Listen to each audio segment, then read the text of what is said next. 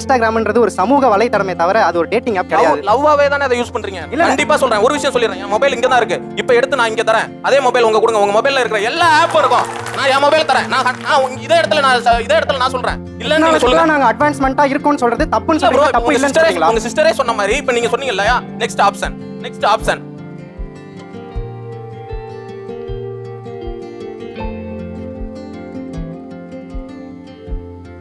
Actually வந்து இந்த song நான் பாடினா அவங்களுக்கு பிடிக்கும். இது யாரு எக்ஸையா அப்படின்றது எல்லாம் எனக்கே குழப்பமாயிடுச்சு. இது எக்ஸா லைவா? இது எத்தனாவதுன்னு கேட்குறீங்களா? ஆமா, இல்ல இந்த பாட்டு யாருக்கு பிடிக்கும்? ஃபர்ஸ்ட் பாட்டு 2 வரி பாடுங்க கேட்போம்.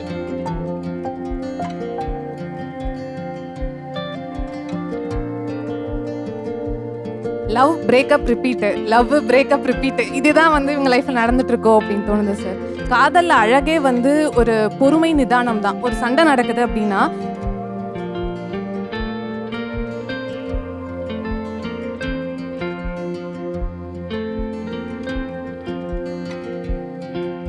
இப்போ 90s கிட்ஸ் அந்த 2K கிட்ஸ் காதல் அப்படின்னு சொல்லும்போது 2K கிட்ஸ் ஆகிய நீங்கள் காதலன் காதலிக்கிட்ட எதிர்பார்க்கக்கூடிய விஷயங்கள் என்ன? லவ்வர்கிட்ட நான் ஆக்சுவலி எதிர்பார்க்குற குவாலிட்டி வந்து எனக்கு டைம் ஸ்பெண்ட் பண்ணணும் அப்படின்றது. காலேஜ் படிக்கும் போது என்னுடைய ஃபர்ஸ்ட் லவ் இருந்துச்சு. ஃபர்ஸ்ட் லவ் பிரேக்கப் ஆனதுக்கு ரீசன் இந்த டைம்னால தான். 3rd இயர் எண்ட்லேயே வந்து லைக் ஒரு பெரிய டெலிவிஷன் ஷோவில் ஒரு ரியாலிட்டி ஷோ போயிட்டேன். ஸோ வந்து கோயம்புத்தூர்லேருந்து இங்கே சென்னை வந்துட்டேன். பயங்கர ஹெக்டிக்கான ஸ்கெடியூல், என்னால் டைமே ஸ்பெண்ட் பண்ண முடியல. நீங்கள் ஸ்பெண்ட் பண்ண முடியல? ஆமாம், என்னால் ஸ்பெண்ட் பண்ண முடியல.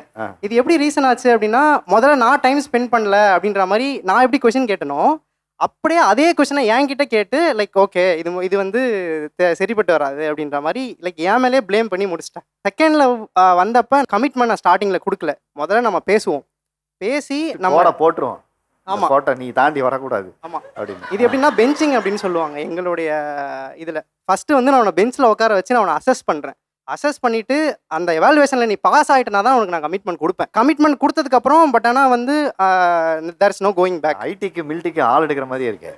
பெஞ்சிங் அப்படின்றது இப்போ நான் சொன்னது. ஃபஸ்ட்டு பெஞ்சில் உட்கார வச்சுட்டு எவாலுவேட் பண்ணிவிட்டு அதுக்கப்புறம் கமிட்மெண்ட் கொடுக்குறது. இன்னொரு வந்து கோஸ்டிங், ஹாண்டிங் அப்படின்லாம் சொல்கிறது. ஃபர்ஸ்ட் லெவலில் எனக்கு இந்த கோஸ்டிங் நடந்துச்சு. நம்ம ஒரு சண்டை போட்டோம் அப்படின்னா அது ஒரு க்ளோஸரே கிடைக்காது. நம்ம ஒரு சண்டை போட்டிருக்கோம், அது பேசிட்டு முடிவு பண்ணிவிட்டு அதுக்கப்புறம் போய் தூங்கலாம்ல அப்படின்ற மாதிரி இருக்கும். கோஸ்டிங் அப்படின்றது என்ன அப்படின்னா இந்த மாதிரி பேசாமல் போயிடுறது.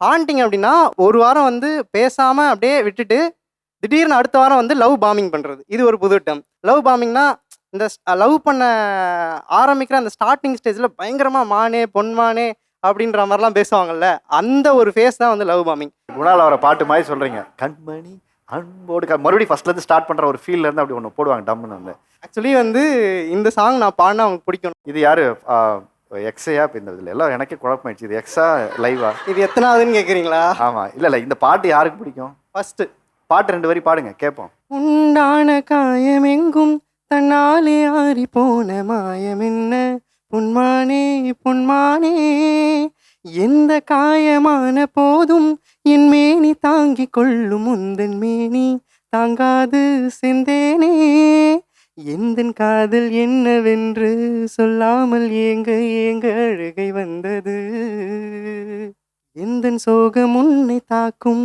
என்றென்னும் போது வந்த அழுகை நின்றது, மனிதர் உணர்ந்து கொள்ள இது மனித காதல் அல்ல, அதையும் தாண்டி புனிதமானது.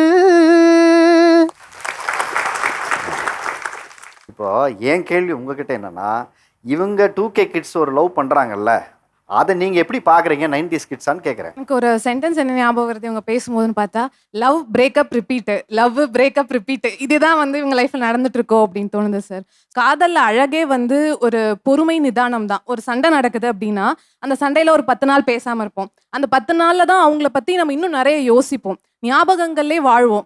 ஸோ அந்த மிஸ் பண்ற ஃபீல் இன்னும் நிறைய இன்க்ரீஸ் ஆகும். அதுல வந்து நம்ம முன்னாடி பேசினதெல்லாம் எப்படி இருக்கும், இப்போ போய் பேசினா எப்படி பேச ஆரம்பிக்கலாம், ஸோ எதனால இந்த பிரச்சனை நடந்துச்சு, அதை நம்ம சார்ட் அவுட் பண்றதுக்கு என்ன பண்ணலாம் அப்படின்னு அந்த 10 நாள் கேப்க்கு அப்புறம் போய் திருப்பி பேசுறதுன்னு இருக்குல்ல சார், அது ரொம்ப அழகான ஒரு ஃபீல். இவங்க என்ன பண்றாங்கன்னா அந்த 10 நாளுக்குள்ள இவங்களுக்கு 10 பேக்கப் ஆப்ஷன் வச்சிருக்காங்க. அப்படின்னு எல்லா ஆப்லயுமே வச்சிருக்காங்க. எல்லாமே இவங்க 10 நாளுக்கு அப்புறம் நம்ம போய் பார்த்தாலும் பேசினாலும் இவங்க இருப்பாங்களானே தெரியல. ஏன்னா இவங்க அடுத்தடுத்த 10 பேர்கிட்ட பேசியிருப்பாங்க. ஸோ அந்த 10ல யார் பெட்டரான ஆப்ஷன் இப்போ ஸ்ட்ராட்டஜிலாம் வச்சிருக்காங்க. ஒரு இமோஷனுக்கு எங்கேருந்து ஸ்ட்ராட்டஜி வருதுன்னு தெரியல. நம்ம அந்த இமோஷனில் தான் அந்த பர்சனோட கனெக்ட் ஆகுறோம். இந்த ஜென்ரேஷன்ட்ட அட்டாச்மெண்ட்ஸ் கம்மியாக இருக்கும் அப்படின்னு தோணுது. ஸோ இவ்வளோ இமோஷனல் அட்டாச்மெண்ட்ஸ் இல்லாமல் இருக்கும்போது நம்ம ஒருத்தவங்க பிரியறது கூட எவ்வளோ வலியாக இருக்குன்றது தெரியல. அந்த பிரிஞ்சா அந்த வலி இருந்தால் தான் அதை திருப்பி சேர்றதுக்கான எஃபர்ட் நம்ம போடுவோம். அந்த வழியே இவங்களுக்கு இல்லை. ஏன்னா அடுத்ததுக்கு அவங்க பார்த்துட்டு போயிட்டே இருக்காங்க. திருப்பி வந்து பேசுறதுக்கான ஒரு சந்தர்ப்பம் அவங்களே கிரியேட் பண்ண மாட்டாங்களோ அப்படின்ற மாதிரி தோணுது. அவங்க என்னோட அக்கா தான் சார். அக்காவாது ஆதங்கம் தெரியுது. ஆக்சுவலி வந்து நாங்கள் அட் டைமில் 10 ஆப்ஷன்ஸை வந்து சைட் பை சைடு வச்சுக்கல.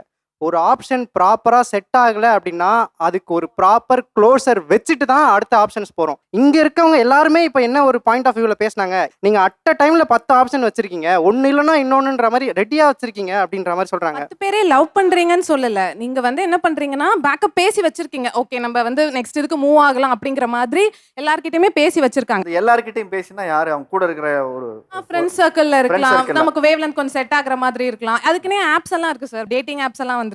ஸோ நீங்கள் கேஷுவலாக பேசலாம். அந்த ஆப்லாம் எப்படி போய் ஒரு தெரியாத ஒரு பர்சன் கிட்ட போய் நேரில் மீட் பண்ணி அவங்கள பற்றி ஒரு ட்ரஸ்டடாக எப்படி சொல்கிறாங்கன்னே தெரியல. நமக்கு சின்ன வயசு என்ன சொல்லி கொடுத்துருப்பாங்க, தெரியாதவங்கள்ட்ட பேசக்கூடாது, நம்மளை பற்றி தேவையில்லாமல் சொல்லக்கூடாதுன்னு சொல்லியிருப்பாங்க. பட் அந்த ஆப் எல்லாமே அதுதான் பண்ணுது. நம்ம அந்த பர்சன் கிட்ட சாட் பண்ணிட்டு அதுக்கப்புறம் நேர்ல போய் பேசி பழகிறது தான். நம்ம ஊர்ல இந்த ஆப்ஸை பயன்படுத்துறவங்க அதிகமா நிறைய பேர் இருக்காங்க, இருக்காங்க. நிறைய பேர் இருக்காங்க. ஓகே. ஆக்சுவலி இந்தியாவில் ஒரு ஸ்டாட்ஸ் என்ன அப்படின்னா 76% ஆஃப் டேட்டிங் ஆப்ஸ்லாம் யூஸ் பண்ணுறவங்களோட வயசு என்னன்னு பார்த்தீங்கன்னா 18 to 32.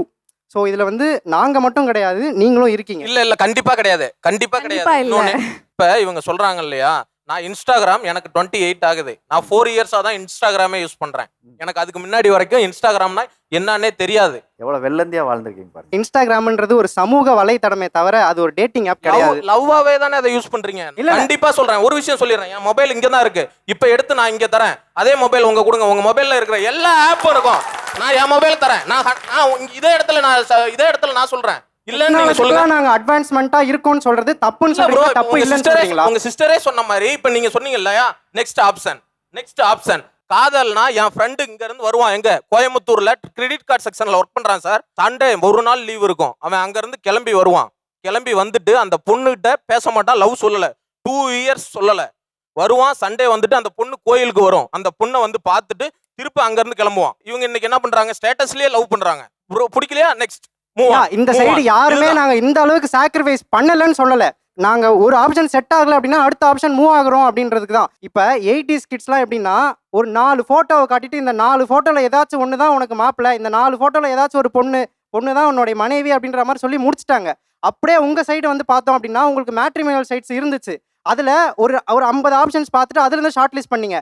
ஆனா எங்களுக்கு டெக்னாலஜிக்கல் அட்வான்ஸ்மெண்ட் மூலமா டேட்டிங் ஆப்ஸ் அது இதுன்னு வந்ததால நம்பர் ஆஃப் ஆப்ஷன்ஸ் அதிகமா இருக்கு. அதை நாங்க யூஸ் பண்ணிக்கிறதுனால காதலே நீங்க வந்து புனிதமா பார்க்கறது இல்லைன்னு சொல்றது ரொம்ப ரொம்ப தப்பான விஷயம்.